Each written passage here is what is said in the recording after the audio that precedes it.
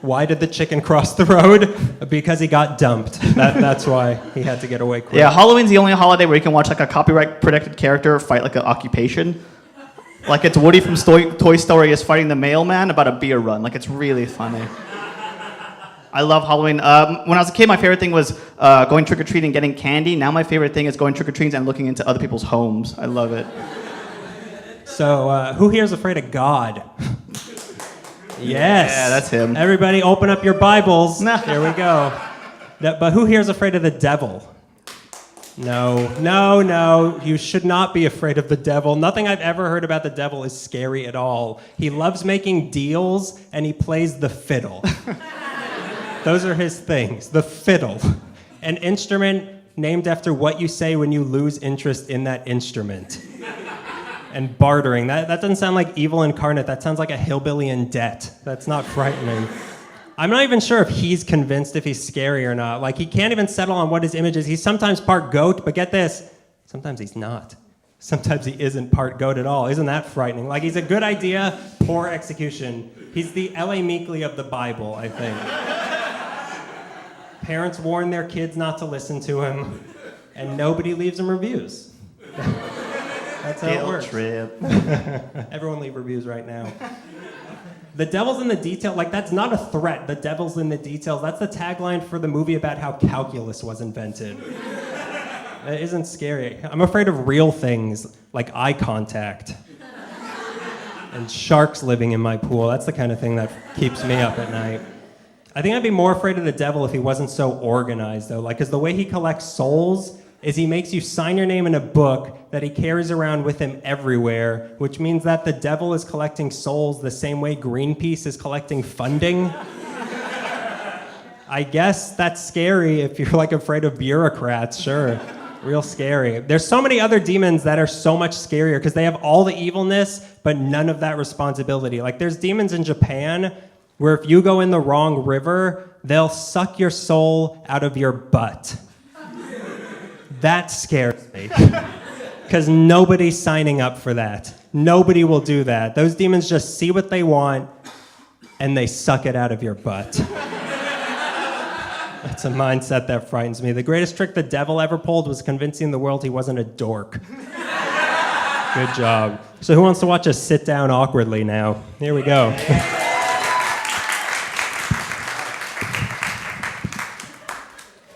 You got your arms together? Yeah. Okay, good. They're all accounted for. All right, I'm going to start us off tonight. When I was trying to find folk tales of Los Angeles, I came across a story that was transcribed in 1966 by a woman named Bess Lomax, who was going around the valley collecting folk tales from everybody. So the story is of Myra Hess, the white vampire of Malibu, and it is ridiculous. From her tales I read, there's only 3. Before Myra appears as a flash of white light that apparently blinds you, and then Myra attacks. She's been described as a shriveled and pale old woman with hair down to her feet wearing all white. So basically it's the girl from The Ring. Like The Ring Goes West. Ringo. Stop that. One night, some Boy Scouts were all camping by the beach, and it was pretty late at night. One of the boys couldn't sleep, so he decided to wander by the beach. And a fellow scout warned him about the white vampire, and he shrugged it off. That Boy Scout was found dead in the morning with bite marks on his neck. Another incident, 2 lovers were exploring caves in the Malibu Mountains when they got caved in, surprise. They got Malibu'd in. When they were found, they discovered bite marks on their necks. 2 other older guys were found in an abandoned beach club in Malibu after having encountered the white vampire of Malibu. One was all white and shriveled up, his foot stuck in the floorboards, and the other had its back broken over the windowsill. Bite marks are not mentioned, but they're implied. Apparently what repels Myra Hess is the color red, although, come on, do you not know what color the blood is?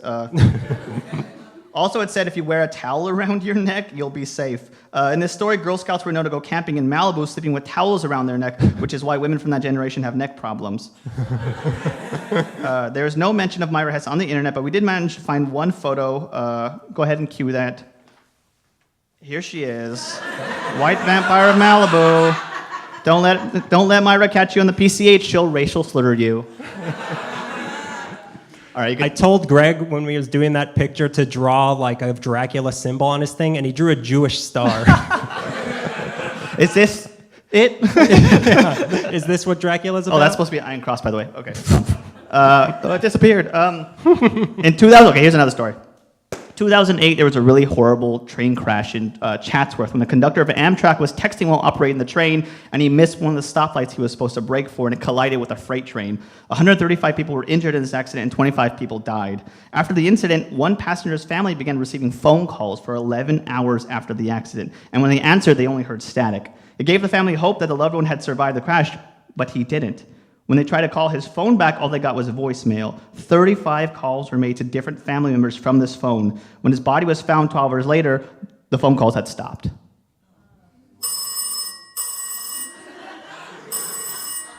me get that real quick. Very unprofessional. Hello?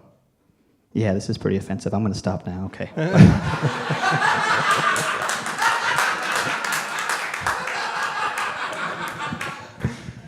So for this next one, we went out onto the streets of Hollywood Boulevard to, there's a lot of strange stuff that happens there, so we filmed a little video of it. I need to explain, though, looking back on the footage, I look horrible in this footage. Like, I look like I just got out of an opium den and then ran a half marathon and then filmed this. So aside from that, I hope you enjoy it. If we could play clip 2 now.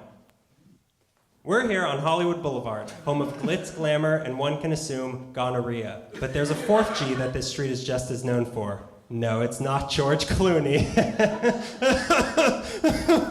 It's ghosts. The 1.6-mile stretch of Hollywood Boulevard from Vine to Sierra Bonita has the highest concentration of ghost sightings in LA County. And that's not even counting the side streets. Tonight we're going on a tour to find the scariest things on this street. Scarier than trying to make a left on Highland. Scarier even than the inevitable puddles of vomit we're destined to encounter. Let's go hunt some gonorrhea. Ghosts. Hooray for Hollywood. That's gooey ballyhooly Hollywood. Where any office boy or young mechanic can be a panic with just a good-looking pan. Here we are at the northwest corner of Hollywood and Vine. This intersection is synonymous with celebrity thanks to it being the location of one of the most popular of the Brown Derby restaurants. Today, this intersection is synonymous with me being afraid of getting mugged right now. This intersection has also been the location of too many paranormal sightings to count, but if I had to put a number on it, it would be the number 2. The first was that of early Hollywood heartthrob Mr. Lon Chaney Sr. Early on in his career, the original Universal movie monster would sit at an ornate bench on this very corner every day waiting for the bus to take him to the studios to look for work before he hit it big with his role as the Hunchback of Notre Dame, the Phantom of the Opera, and Sebulba from Star Wars Episode I, The Phantom Menace. He became known as the Man of 1,000 Faces, all of which died in 1930. But for years after, his ghost was seen sitting on that bench. It was seen so frequently that his spot there was usually left empty for it. His ghost was even referenced in a legal battle between the man who had placed the decorative bench there and the city that had removed it for a bench that advertised cigars, saying, quote, "No self-respecting ghost would sit on such a bench. I want my bench back." A new bench was put here, but Chaney's ghost never came back. But Chaney wasn't the only Universal cash cow to love this intersection. Dracula himself, Bela Lugosi, loved this area almost as much as he loved the morphine that eventually killed him in 1956. His funeral procession was requested not to go down Hollywood Boulevard so as not to depress shoppers, but they still had to cross it to get to the graveyard. But as they were crossing the street, the driver lost control of the hearse, veered left going down Hollywood, and couldn't regain control of the vehicle until they came through this intersection here. The driver had no explanation for what happened. Lugosi couldn't be reached for comment. Now I'm here with a local to find out whether or not he has ever seen anything out of the ordinary at this location. No. Okay then. Hooray for Hollywood. You may be homely in your neighborhood. Grauman's Chinese Theater, birthplace of the human footprint. This has been the ceremonial heart of Hollywood since it opened in 1927 and is arguably the most famous movie theater in the world. Tickets currently cost $21.75 for an adult, $19 for kids, but for a ghost, just one soul. People have reported strange sounds, the feeling of being watched, and the violent shaking of the stage curtain, most likely caused by a former employee named Fritz, who allegedly hanged himself behind the movie screen, or a little girl named Annabelle, who I wish I could tell you more about, but whenever I Google Chinese theater and Annabelle, all I get are movie times for a movie no longer in theaters. But the most interesting ghost actually wanders around outside where we're now standing. I know this sounds like a setup for a joke about the career of Johnny Depp involving a Johnny Depp lookalike, but that joke was out of the budget. The story is of the you'll soon find to be aptly named Mr. Victor Killian, an actor best known for his role in the TV show Mary Hartman, as the Fernwood Flasher. Hello. Fans. And for his unintentional role as guy who accidentally lost an eye during a staged knife fight on set with John Wayne. His final role was in an episode of All in the Family he filmed just before his death. Killian loved to wander Hollywood Boulevard, but one night in March 1979, he met a guy at a bar and invited him back to his place nearby for a drink. The next morning, Killian was found beaten to death in his home. It was suspected to be a burglary gone wrong, but his killer was never found. Mr. Killian is still reportedly seen wandering this courtyard looking for his killer.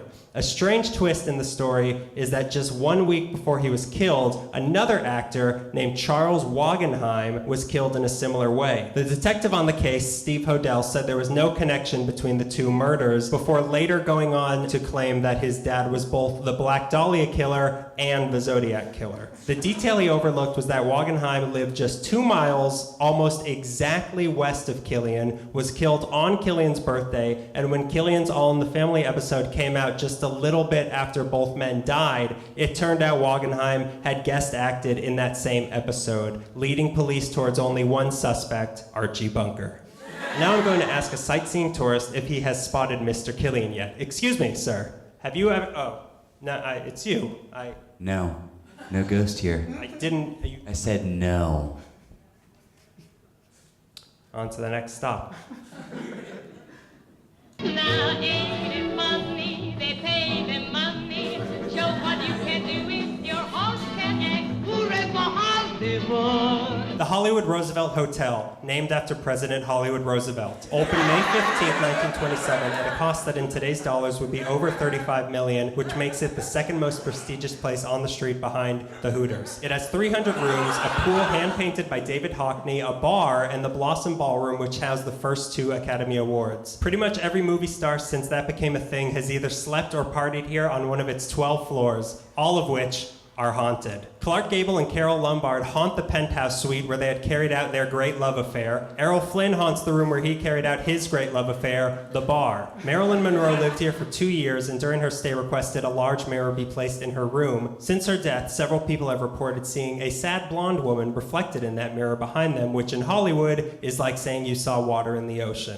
The room with the most activity is room 928, where the very dead Montgomery Clift lived for 3 months. People have reported hearing him reciting his lines in the hallway and playing a trumpet. One person even claims to have carried out a conversation with him for 30 minutes. But this hotel isn't just for ghosts of the rich and famous, it's also for ghosts of people who were just rich. There is an anonymous ghost that is sometimes seen swimming in the pool. Another has been seen in room 213, also anonymous because he has no head. A piano player in a white suit has been seen in the ballroom nearby a cold spot that some believe to be the portal that this hotel's 30-some ghosts are coming through.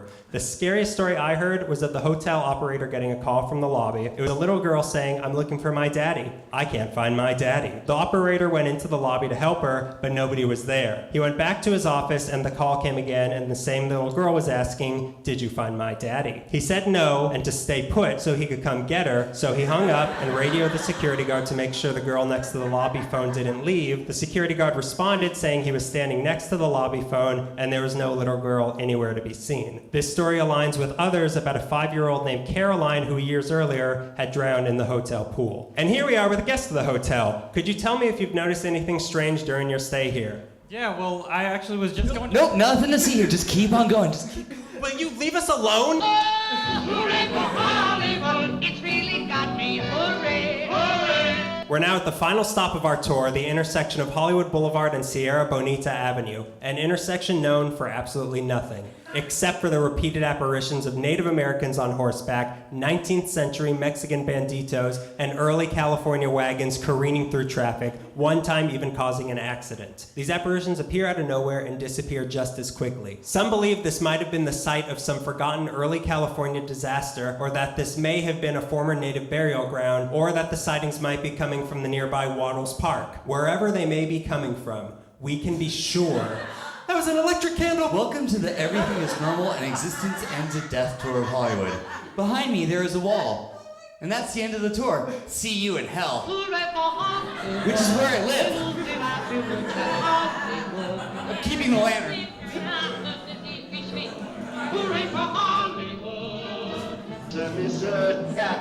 Still not a ghost.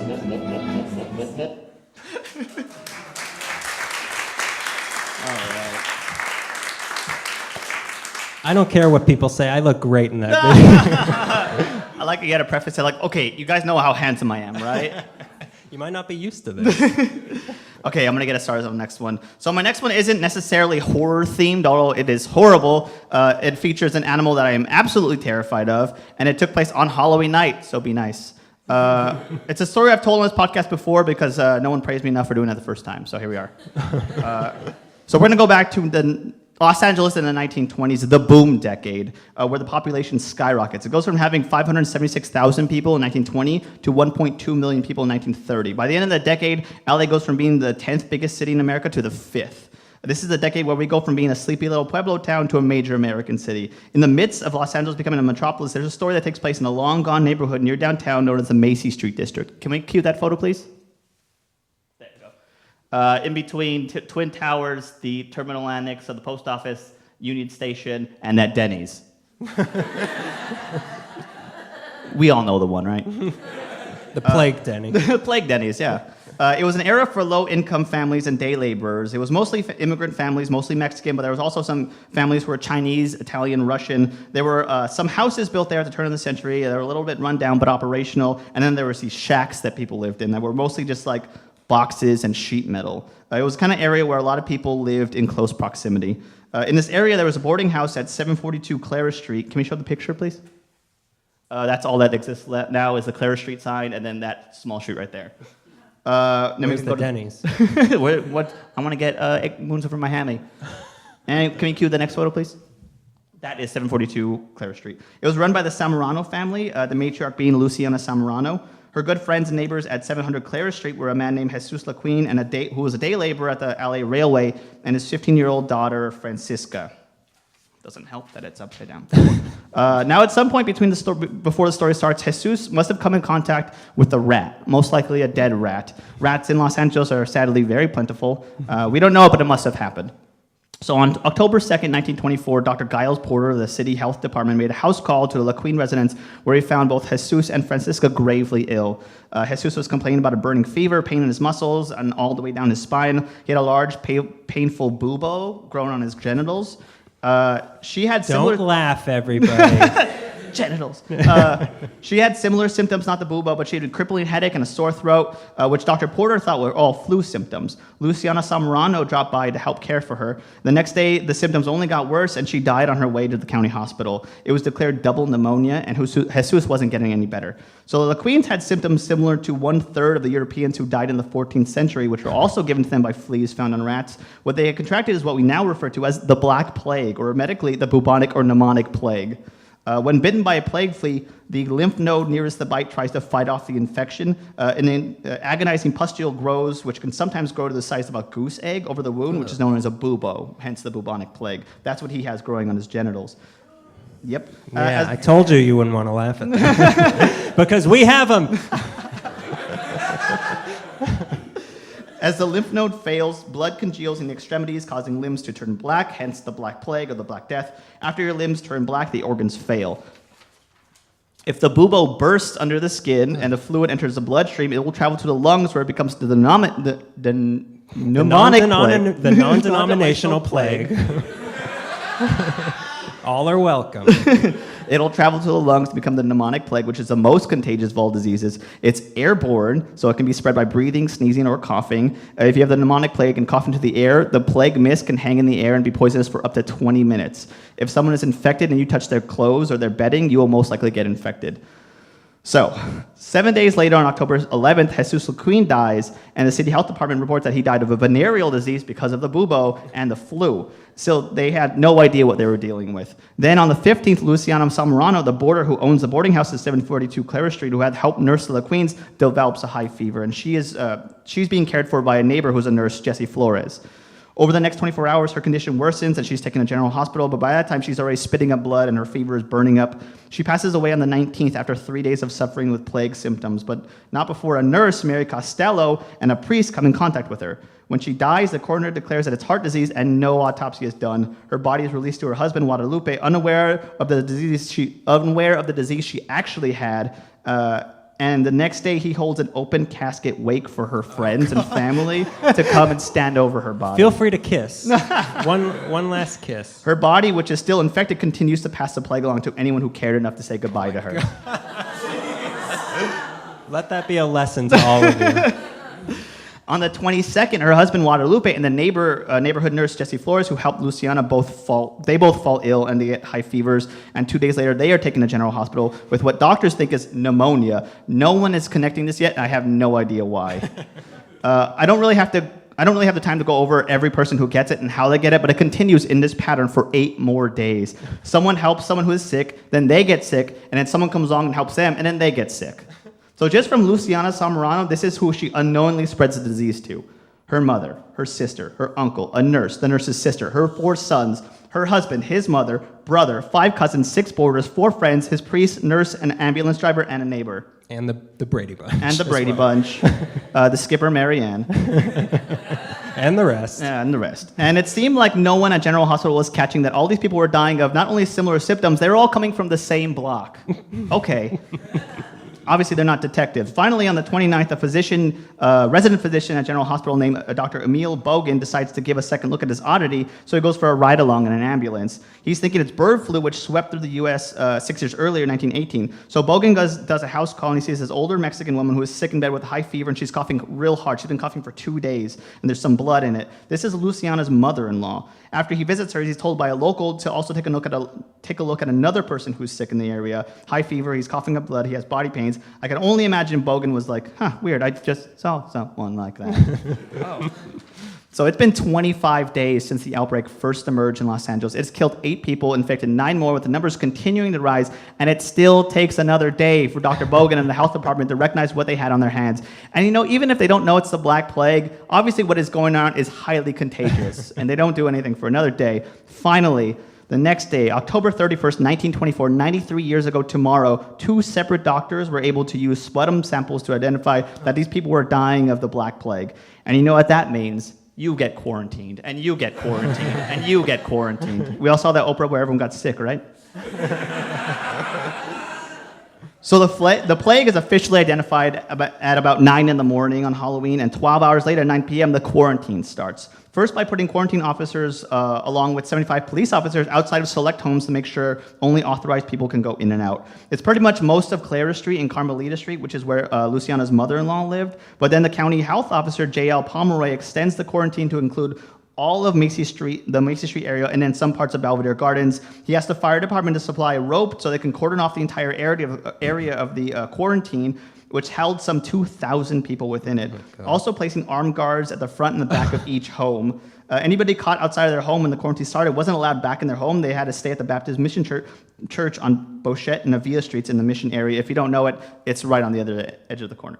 It's so close. That's how I want Halloween to be. It's just armed guards keeping me inside. No trick-or-treating.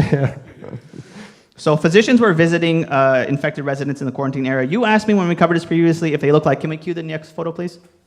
If they look like that, the terrifying 14th century style Black Plague masks. It elongates your nose, right? Yeah, yeah, because people are scared of birds. That's what the plague is scared of, is birds. That's why they thought it was the bird flu. They didn't look like that. Can we cue the next photo? Yep. What are you wearing, Gary? Well, it was a mask made at the spooky old General Hospital. It was a mask made of pillow slip with a celluloid eyepieces, a gown fitting closely around the neck with overlapping at the ends of the head, the cap, and the rubber gloves. It looks like a Halloween costume made by a mother that doesn't love her children.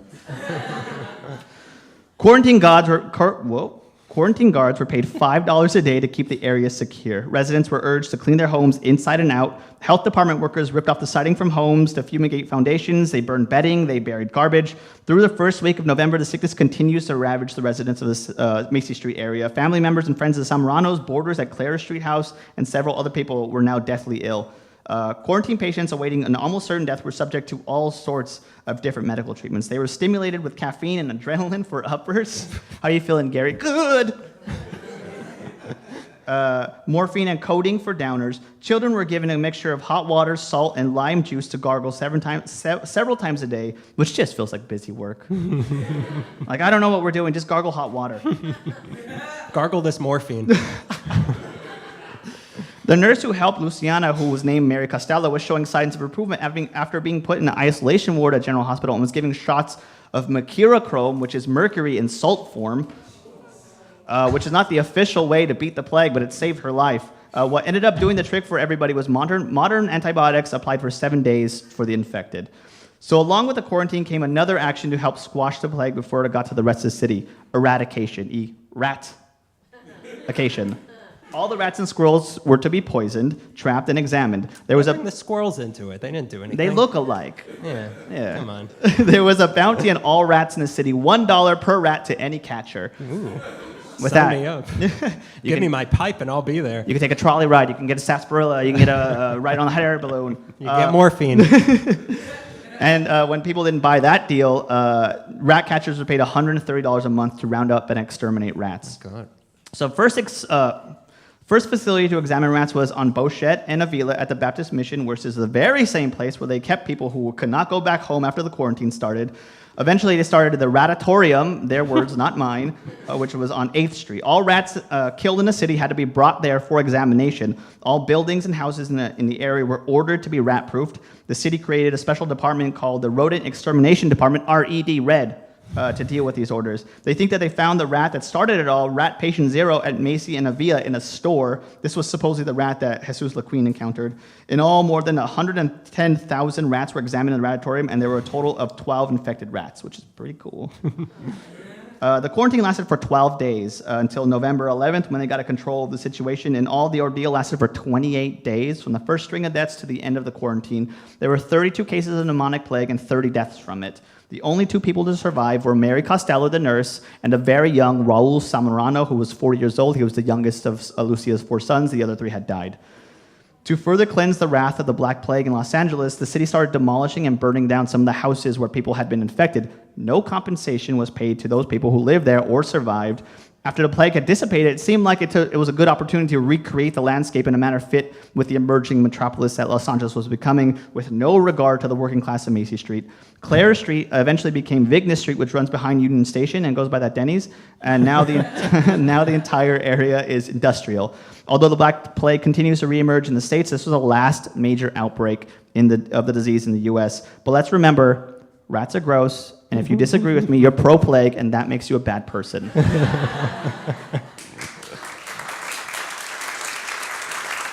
Imagine if LA had been responsible for a new Black Plague. Oh man, they'd never let us forget it. Chicago will be giving us swirlies every day. So you've all heard of JPL, Jet Propulsion Laboratory, but you may not have heard about JP Double Hockey Sticks. Heck Repulsion Laboratory. You might not know about this. This story is about the man some refer to as the father of the American space program, and others refer to as a creep, Jack Parsons. Could we get photo 7? Thank you. Oh, yeah. That's him, a great-looking guy who likes to... I think that's a rat in there, and that's the rat's tail. It looks like a Acme-style dynamite. Yeah.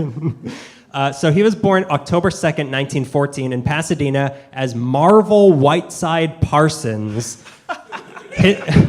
His dad was also named Marvel, but he abandoned the family, so his mom wanted to rename the baby something that wouldn't remind her of Marvel, but DC Universe Parsons didn't sound right. So she just went with Jack. But who needs a dad when you have Jules Verne and sci-fi comics to distract you from the year-round Halloween horror that is growing up with a deadbeat dad? If we could go to the next picture. Those are the sorts of things he was reading. That's the rocket that Wallace and Gromit built. He would read stories of things called rockets, which at the time only existed in fiction like this. He would build his own out of cardboard tubes, and he would light fireworks in them with his friend Ed Foreman, who he met in 8th grade, taking part in another favorite hobby of kids like these, being beaten up by something bigger. The two went to Pasadena Junior College and Stanford, but neither of them graduated. But in 1937, they went to a lecture at Caltech on rocketry and met a guy named Frank Molina who shared their thoughts on rockets. Those thoughts being, wow, cool, neato. But rockets were strictly science fiction. Like, if you told your family you wanted to be a rocket scientist, that was like telling them you wanted to be a time traveler or a podcaster. But Parsons convinced the school to start a rocket program. A professor named Fritz Zwicky was against it, saying that rockets would never work. They countered by pointing out that this guy's name was Fritz Zwicky. So they won. The school let them use their labs, but the school soon noticed a pattern in their experiments. These guys would do something, and then it would explode. So they were banned from campus and went to a place known as Devil's Gate Dam, named after a rock formation that looks like Satan, and because they were saving the name Heaven's Gate for the 70s, they needed that in their back pocket. Their dangerous reputation also got themselves a nickname, the Suicide Squad. If we could go to the next picture. That's them. Joker's even less in this movie. Yeah, they're making a spin-off all about Harley Quinn, the scientist. This is the coolest scientists ever were and ever will be, right there. Here they tested out Parsons' idea of a liquid propellant that could burn more efficiently and hotter than a powder propellant. So on Halloween, 1936, Parsons tried it out and got a motor running with this for 3 whole seconds, which was 3 seconds longer than the previous record they had trying this. Caltech rewarded them by letting them back inside before they spewed liquid all over the lawn, turning it brown, unleashed a gas that rusted everything in the room, and blew a machine through a wall. They were promptly sprayed with a squirt bottle and sent back outside without a treat. In 1938, the U.S. military took an interest in the Suicide Squad, and knowing that some sort of Great War Part 2 was coming, they needed a fuel that could launch aircraft off of a short runway like that of a boat or off of a tiny island in the Pacific Ocean halfway to the Philippines. This project was known as JATO, Jet Assisted Takeoff, and the military funded it, making the Suicide Squad, that ragtag group of ragtags, that made them the country's first government-sanctioned rocket group. Fritz Zwicky stepped in again and suggested the gang use a type of fuel that they already had at Caltech, make it easier. Parsons responded to his suggestion by blowing up all the fuel that the school had. What Parsons did come up with was 457% more powerful than anything else available. I've been drinking gasoline. This made possible the technology that helped win World War II, start the eventual space program, and form Mountain Dew. This was all made possible by him. But there was another side to bad boy rocket man Jack Parsons. In fact, he was more than just a bad boy. He was a downright naughty boy. What? Could we go to the next picture? Saucy. That was his work uniform. Some referred to him as a delightful screwball, which was the most people in the 30s could muster to describe a Satan-worshipping sex magician. Parsons believed in 3 things: that Fritz Zwicky was a dork, that, for lack of a better term, rocket power was possible, and that magic was real. He believed alternate realities existed scientifically, and that science and magic were 2 sides of the same coin. Rockets could liberate us from the Earth. Magic could liberate us from reality. Just how rockets were seen as science fiction before he came along, magic could shed its label as fantasy. It just hadn't been proven yet, and it was his job to do so. What a job. Could we go to the next picture? Oh, there it is.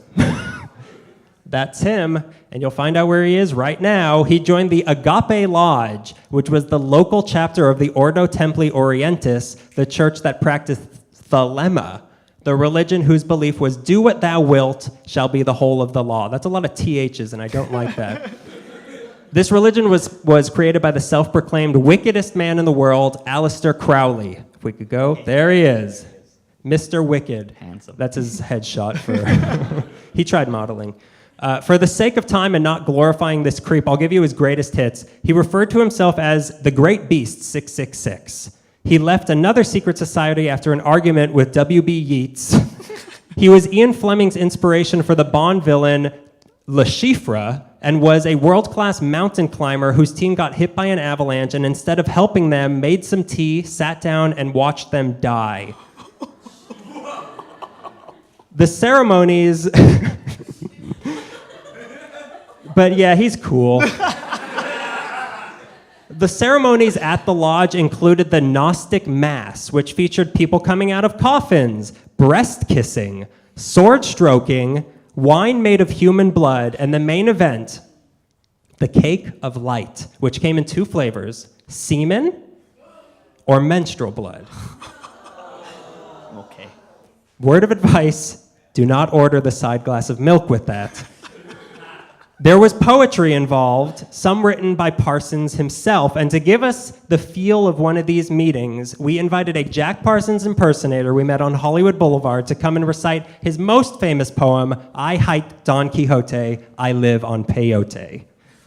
And here he is, ready to perform.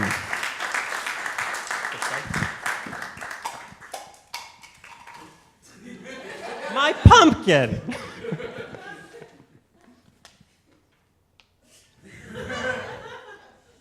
I hike Don Quixote. I live on peyote, marijuana, morphine, and cocaine. I never knew sadness, but only a madness that burns at the heart and the brain.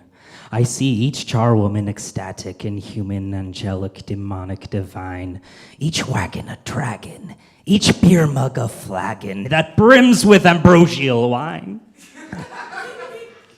I went to the city. I found it a pity that the devil was playing at hell, and 10 million mortals had entered hell's portals and thought they were all doing well. I said, see, dear people, on every church steeple, an imp of the devil at play. See ghouls cut their capers in daily newspapers, and fiends in the police courts hold sway.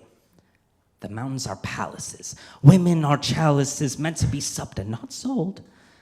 The desert a banquet hall set for a festival, ripe for the free and the bold. The wind and the sky are ours, heaven and all its stars. Waken and do what you will.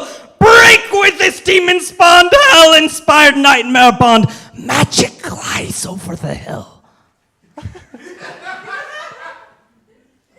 They said I was crazy, ambiguous, lazy, disgusting, fantastic, obscene. So I hide for my sagebrush and cactus and corn mush to see if the air was still clean. Oh, I hide Don Quixote. I live on peyote, marijuana, morphine, and cocaine. And may I be twice damned for a bank clerk or store hand if I visit the city again.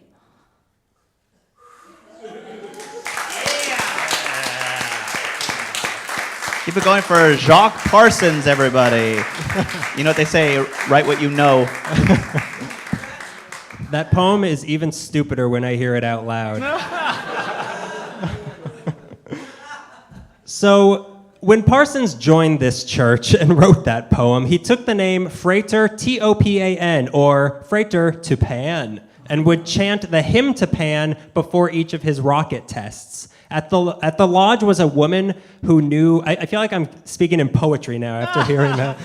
At the lodge was a woman who knew Crowley personally in Italy before Mussolini kicked them out for bestiality. And she saw Parsons as the child who shall behold them all, or the chosen one, according to Crowley, and he soon became Crowley's pet project. He considered him the most valued member of the whole order, with no exception, and he made him the West Coast leader of the OTO. In return, Parsons got that new father figure he's been looking for, from his cousin, Marvin Crowley.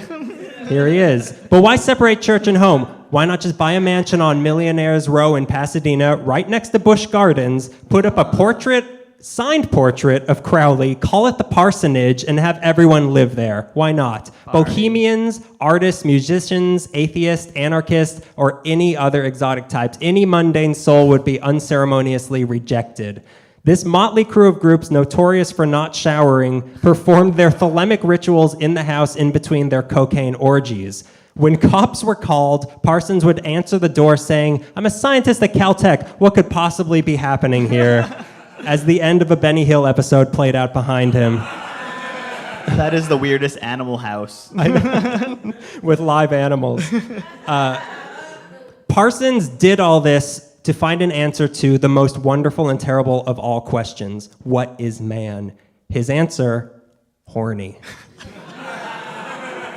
Enter the horniest man alive, L. Ron Hubbard, if we could go to the next one. He's getting ready to go. Cheap rent and sex magic, you can bet Hubbard would show up eventually, and he charmed Parsons into becoming his magical partner. Parsons said Hubbard was the most thelemic person I have ever met and is in complete accord with our own principles. Praise Xenu, whatever that means.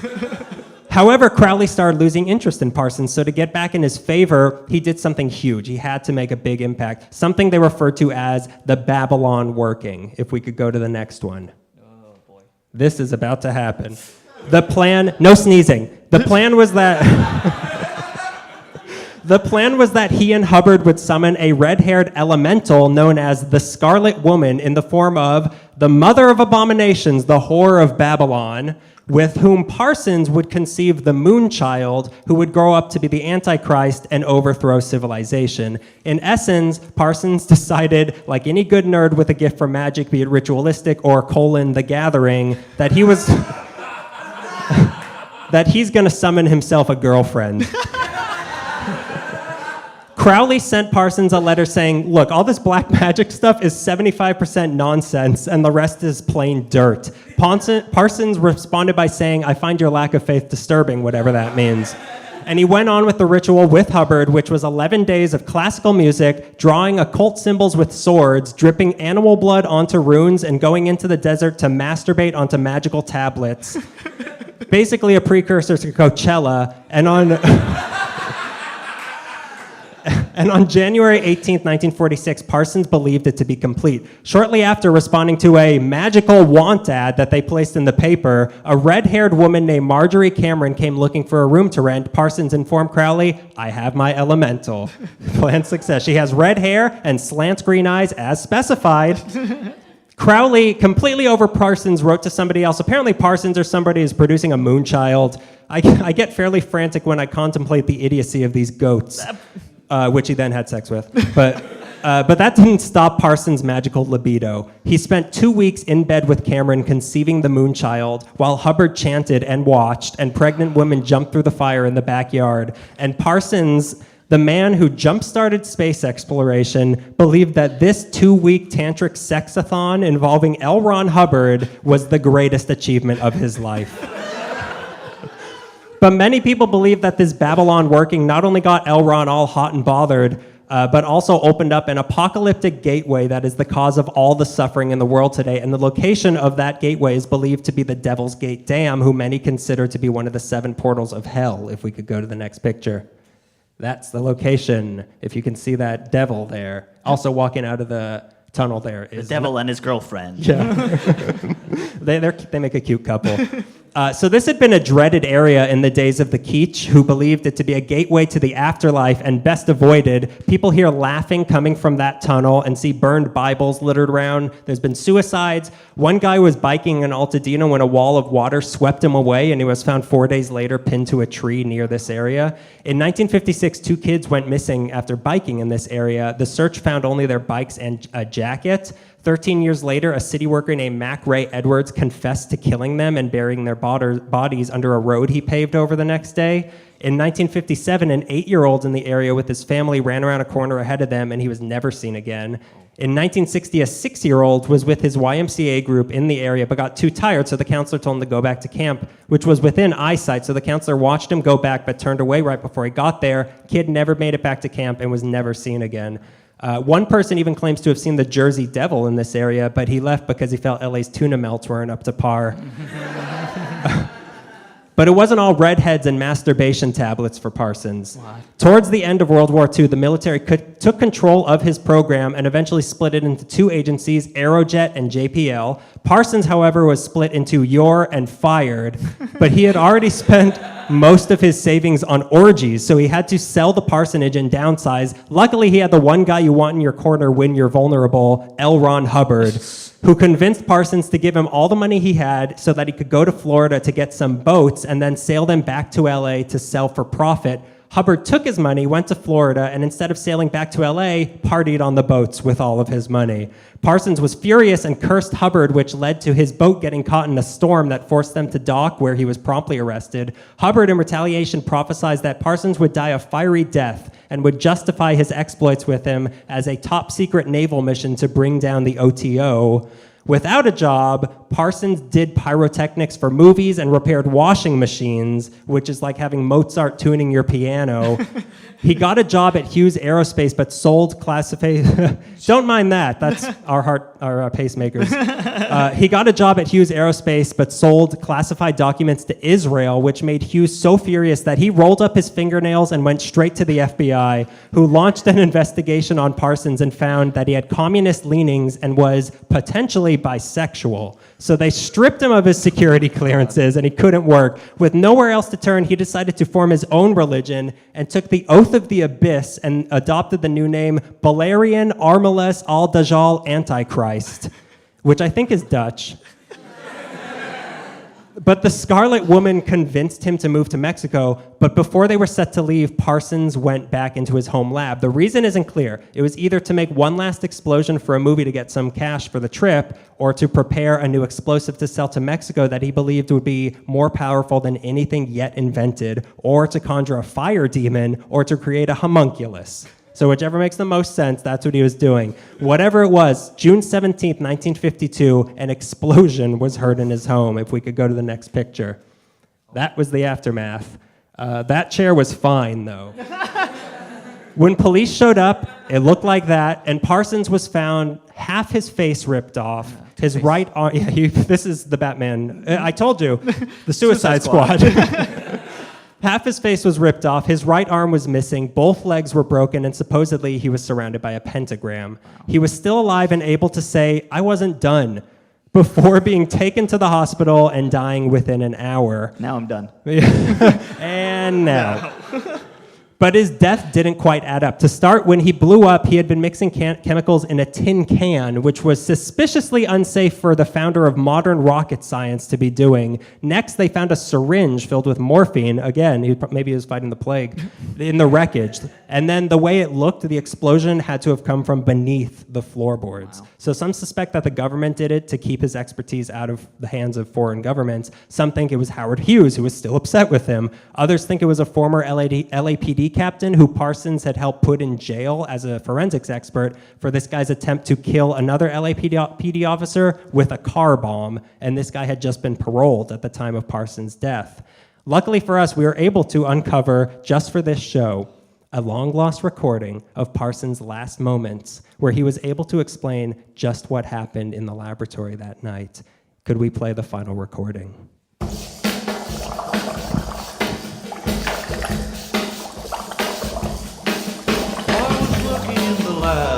That's our show. Thank you, everybody, for coming out tonight. So we'd like to give a special thank you to Paul Stein for setting this whole thing up, everybody here at the Comedy Central stage for making this show possible, Chris Crittenden and Cindy Aravina for helping with the lobby music, Nick Gonzalez, Emily Gonzalez, and Melissa Johnson for helping out with our intro, Brian Cox and Alberto Sistos for the Hollywood video, Francis Rosenberg and Apollo the dog for running crowd control, Nadav Fleischer for being Jack Parsons, all of you for coming out. Thank you so much. That's been yet another episode of LA Meekly. Grateful there isn't a World Series game tonight since 2013. Happy Halloween! Thank you, everybody. We're running away.